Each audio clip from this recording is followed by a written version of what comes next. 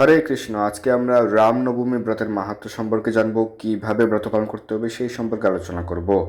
27 March 2026 শুক্রবার রামনবমী ব্রত, চৈত্র মাসের শুক্লপক্ষের নবমী তিথি। নবমী তিথি কয়টা পর্যন্ত থাকবে? 27 মার্চ শুক্রবার ভারতের সময় অনুযায়ী সকাল 10টা 6 ঘটিকা পর্যন্ত থাকছে নবমী তিথি। বাংলাদেশের সময় অনুযায়ী সকাল 10টা 36 ঘটিকা পর্যন্ত থাকছে নবমী তিথি। এবং পুনর্বসু নক্ষত্র থাকবে ভারতের সময় অনুযায়ী দুপুর 3টে 24 ঘটিকা পর্যন্ত। ভগবান শ্রীরামচন্দ্র এই চৈত্র মাসের শুক্লপক্ষের নবমী তিথিতে পুনর্বসু নক্ষত্রের মধ্যাহ্নকালে আবির্ভূত হয়েছিলেন। এটি বাল্মীকি রামায়ণে অগস্ত্য সংহিতা এবং শ্রীহরিভক্তি বিলাসে উল্লেখ রয়েছে। অগস্ত্য সংহিতায় এই ব্রতের মাহাত্ম্য সম্পর্কে উল্লেখ রয়েছে। এই রাম নবমী ব্রত কোটি সূর্যগ্রহণ অপেক্ষাও শ্রেষ্ঠ। যে মূঢ়মতি মানব এই রাম নবমী ব্রত পালন করে না, তাকে কুম্ভীপাক নরকে দুঃখ ভোগ করতে হয়। এবং দেবরাজ ইন্দ্রও এই রাম নবমী ব্রত পালন করেন। অগস্ত্য সংহিতা আরও উল্লেখ রয়েছে, যিনি এই রাম নবমী ব্রত পালন করেন তাকে আর কখনো জননী জঠরে জন্ম নিতে হয় না। তিনি জন্ম মৃত্যুর চক্র সংসার বন্ধন থেকে উদ্ধার লাভ করেন। এই তিথিতে যদি কেউ ভক্তি সহকারে ভগবান শ্রীরামচন্দ্রের সেবা করেন, তিনি তাকে সন্তুষ্ট করতে পারেন এবং ভববন্ধন থেকে মুক্ত হতে পারেন। এই বিষয়ে কোনো সন্দেহ নেই। এই রাম নবমী ব্রত পালনকারী সমস্ত পাপ থেকে পরিত্রাণ লাভ করতে পারেন। আলস্যবিহীন হয়ে উপবাস করলে মাতৃগর্ভে আর প্রবিষ্ট হতে হয় না। ভগবান শ্রীরামচন্দ্রের প্রিয় ভক্ত তিনি হতে পারেন এবং তার জন্য ভগবত ভক্তি, কৃষ্ণ প্রেম ভক্তি সুলভ হয়। এই বিশেষ দিনে ত্রেতালীলায় ভগবান শ্রীরামচন্দ্র পিতা দশরথ ও মাতা কৌশল্যার পুত্ররূপে আবির্ভূত হন। এর 2 ঘণ্টা পর কৈকেয়ীর গর্ভ থেকে ভরত, 2 দিন পর সুমিত্রার গর্ভ হতে লক্ষ্মণ ও শত্রুঘ্ন আবির্ভূত হন। তারা 4জনই বিষ্ণু তত্ত্ব, কৃষ্ণের অংশাবতার, অর্থাৎ মহাবিষ্ণু নিজেকে 4 অংশে বিভক্ত করে অবতীর্ণ হয়েছেন। ভগবান শ্রীরামচন্দ্র সূর্য বংশে আবির্ভূত হন। সূর্যবংশীয় প্রথম রাজা ইক্ষ্বাকু ছিলেন বৈবস্বত মনুর পুত্র। সেই বংশের অন্যতম রাজা খট্বাঙ্গ মহারাজ, তার পুত্র দীর্ঘবাহু, তার পুত্র রঘু, তার পুত্র অজ, তার পুত্র দশরথ। আর দশরথের পুত্র রূপে ভগবান শ্রীরামচন্দ্র আবির্ভূত হন। রঘু বংশে ভগবান শ্রীরামচন্দ্র আবির্ভূত হন। সূর্য বংশে মর্যাদা পুরুষোত্তম ভগবান শ্রীরামচন্দ্রের ভগবত্তা অনেক দুর্ভাগা মনুষ্যরা বুঝতে পারে না তিনি যে পরমেশ্বর ভগবান। তারা ভাবে রামচন্দ্র একজন মহামানব বা মহাপুরুষ, কিন্তু তিনি ভগবান নারায়ণ, তিনি বিষ্ণু তত্ত্ব। সেটি বাল্মীকি রামায়ণ এবং ভাগবত মহাপুরাণে উল্লেখ রয়েছে। ভগবান মহাবিষ্ণু নিজেকে 4 অংশে বিভক্ত করে রাম, লক্ষ্মণ, ভরত, শত্রুঘ্ন রূপে অবতীর্ণ হয়েছেন।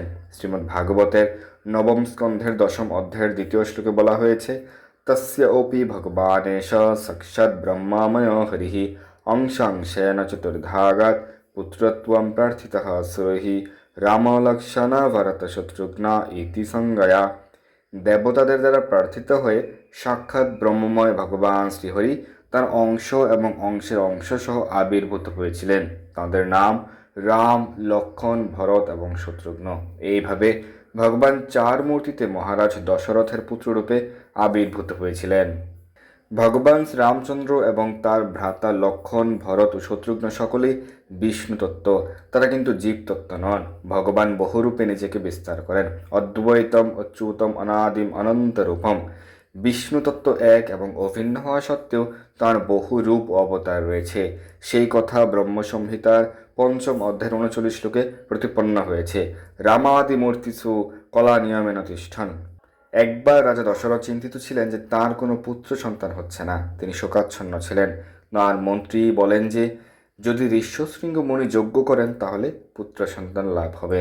যজ্ঞের আয়োজন করা হলো। পুরো অযোধ্যাবাসীকে নিমন্ত্রণ করা হলো। ঋষ্যশৃঙ্গ মুনিকে আনা হলো। তিনি অথর্ব মন্ত্র উচ্চারণ করে সেই যজ্ঞ অনুষ্ঠান করলেন। সেই যজ্ঞে ব্রহ্মা, ইন্দ্র সহ সকল দেবতা, সিদ্ধ, চানুর, গন্ধর্বরাও উপস্থিত ছিলেন। অনেক দান দক্ষিণা করা হলো।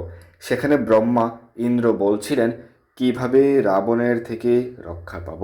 তখন ব্রহ্মা দেখলেন গরুরের পিঠে চড়ে শঙ্খ, চক্র, গদা, পদ্মধারী ভগবান শ্রী বিষ্ণু ব্রহ্মা সহ সকল দেবতাকে আশ্বস্ত করলেন, আমি রাজা দশরথের পুত্ররূপে তার 3 রানীর গর্ভে নিজেকে 4 অংশে বিভক্ত করে আবির্ভূত হব।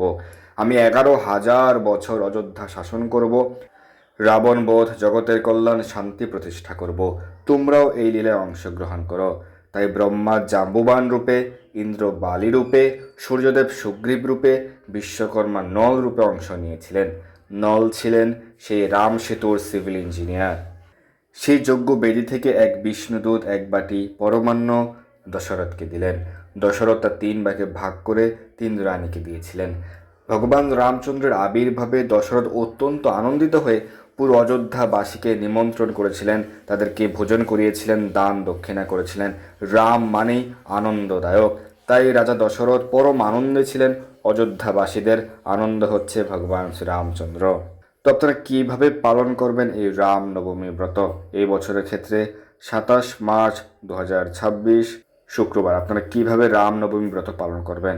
অবশ্যই উপবাস রয়েছে, তবে কমপক্ষে দুপুর 12টা পর্যন্ত উপবাস পালন করতে পারেন। কেউ চাইলে পূর্ণ দিবস উপবাস করতে পারেন। ব্রাহ্ম মুহূর্তে সজাত্যাগ করে প্রাতঃস্নান করবেন, মঙ্গল আরতি করতে পারেন, বেশি বেশি হরিনাম জপ করবেন।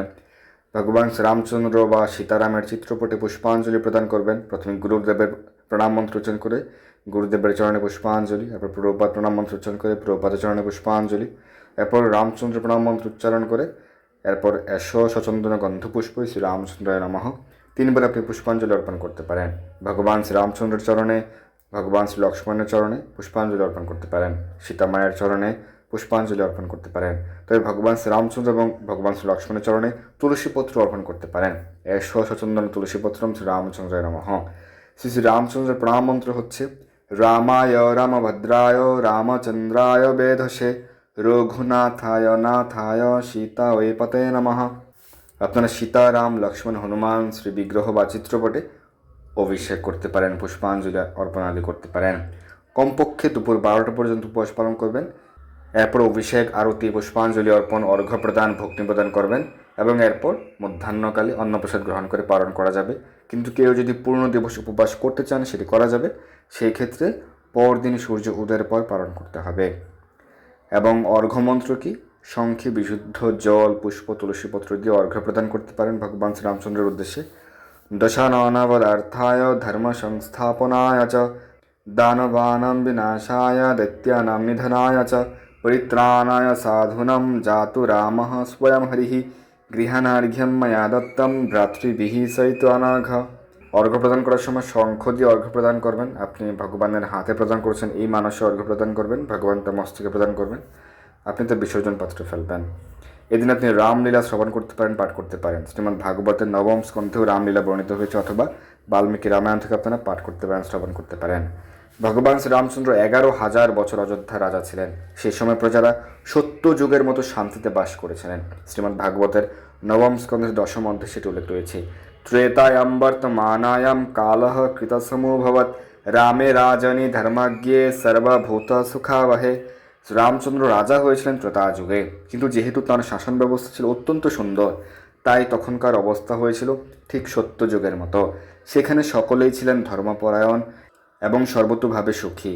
নাধি ব্যাধি জরাগ্লানি দুঃখ শোক ভয়াক্লমা মৃত্যুস্থানি শতম নাসিদ রামে রাজন্য দুঃখজে।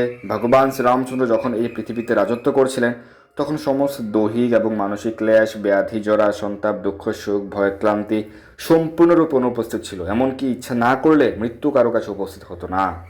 একপত্নী ব্রতধর রাজর্ষি চরিত শুচি স্বধর্মম গৃহমেধিয়ম শিক্ষয়ন স্বয়মাচরত।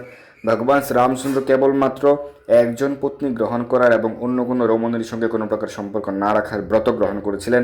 তিনি ছিলেন একজন রাজর্ষি এবং তার চরিত্র ছিল রাগ, দেশ আদি কলুষ থেকে সম্পূর্ণরূপে মুক্ত। তিনি সকলকে সদাচার শিক্ষা দিয়েছেন, বিশেষ করে গৃহস্থদের আচরণীয় বর্ণাশ্রম ধর্ম।